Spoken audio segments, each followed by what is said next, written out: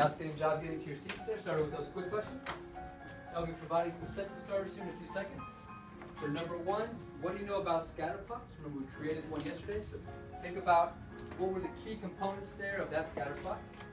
Okay, for number two, based on the data from our graph, from our plot we did yesterday, what can you conclude?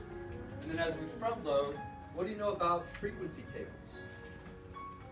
Okay, so if you're not sure, just go ahead and do a sentence starter. And we'll have a chance to share out with your teams.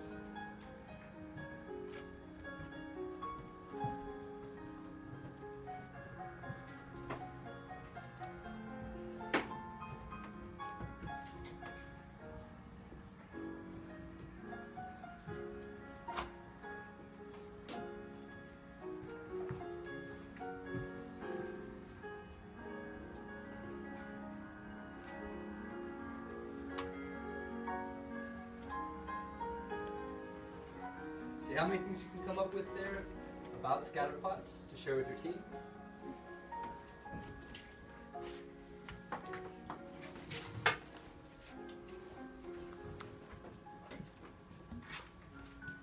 Okay, for number two there, based on the data, so we have our data there, you should have it in your notebooks as well. And our sentence starter there, based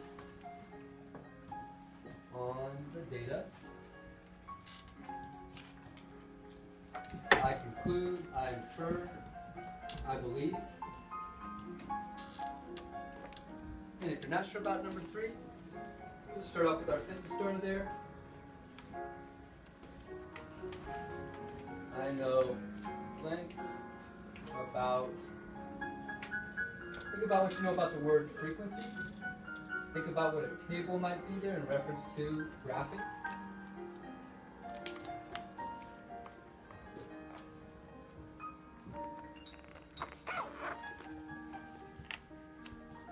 And if you're not sure, just leave it blank. And when we share out with our teams, you can add on to your work. Okay, outstanding job with the Tritons. Thank you.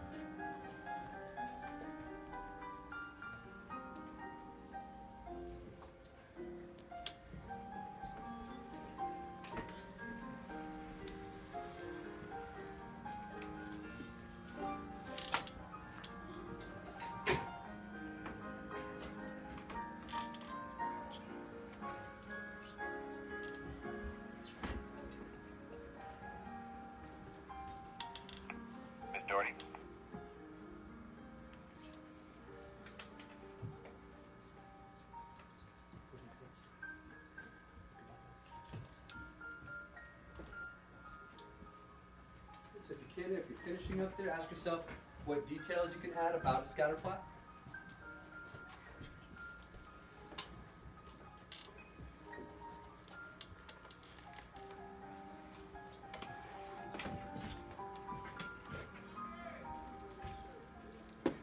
What is frequency? Good. So what do you think the frequency table?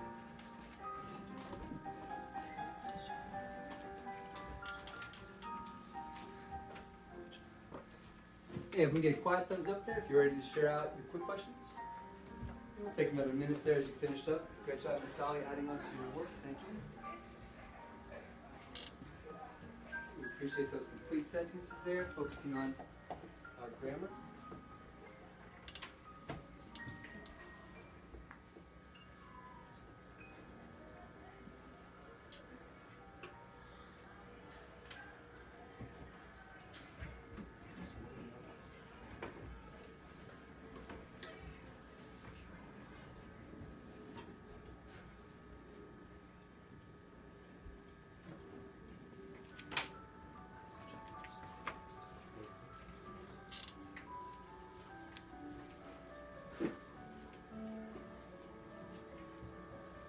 All right, let's go into our group discussion. Okay, we'll start off there with our resource manager. If you have that red dot, you're starting the discussion. And if you're on the meeting area, if you can please join your teams for our group discussions. Resource manager, go ahead and start off the discussion as everyone else adds on to their work and respectfully listens. Thank you, resource managers. And begin your discussion, please.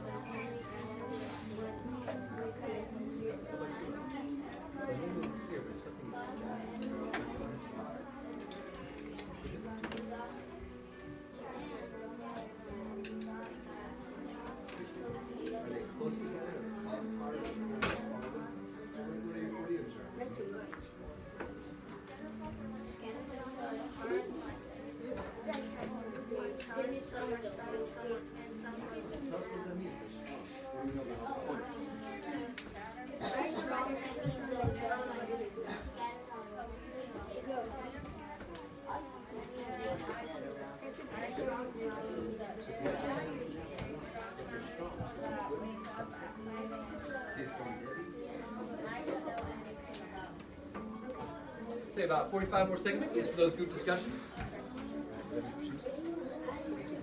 So what do we know about frequency tables? Do you know anything? Any prior knowledge? Okay. So frequency, how often something's occurring? What are your thoughts, Mel?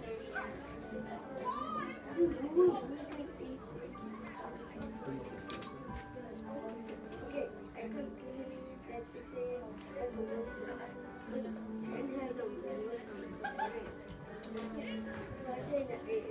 And please start bringing those conversations to a close. Outstanding job there. Thanks for wrapping up those conversations. Now, when we have mathematicians sharing out whole group, please continue to add on to your work. If you have one or two ideas for number one, and somebody shares something that you don't have, please add it on. A great job as Antonio's continuing to add on to his thinking.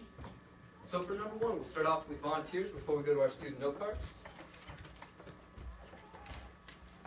Scatter plots are charts, and some are weak, some are strong. By weak and strong, I mean if they're strong, they're not like scattered; they're all together. If they're weak, they're scattered all over the place. Great job, Melvin. Thanks for sharing out. So if you didn't have something about strong, a strong correlation, or a weak correlation, great idea to add that on as well. And Melvin's going to pass it along to other volunteers that would like to share. Scatter plots can be just like graphs, and things you can vote on. Okay. Thank you for sharing out, Isel. Any other volunteers before we go to our student note cards for number one? Okay, so a couple things that we should have added on there. Thank you, Isel. Let's go ahead and hear from Mario. Thanks for being ready, Mario. You can go ahead and pass it over to Mario, please. I know that scatter plots are like a graph that shows data. Thank you, Mario. Go ahead and hear from one more. Let's go to Ivan. Thank you, Ivan.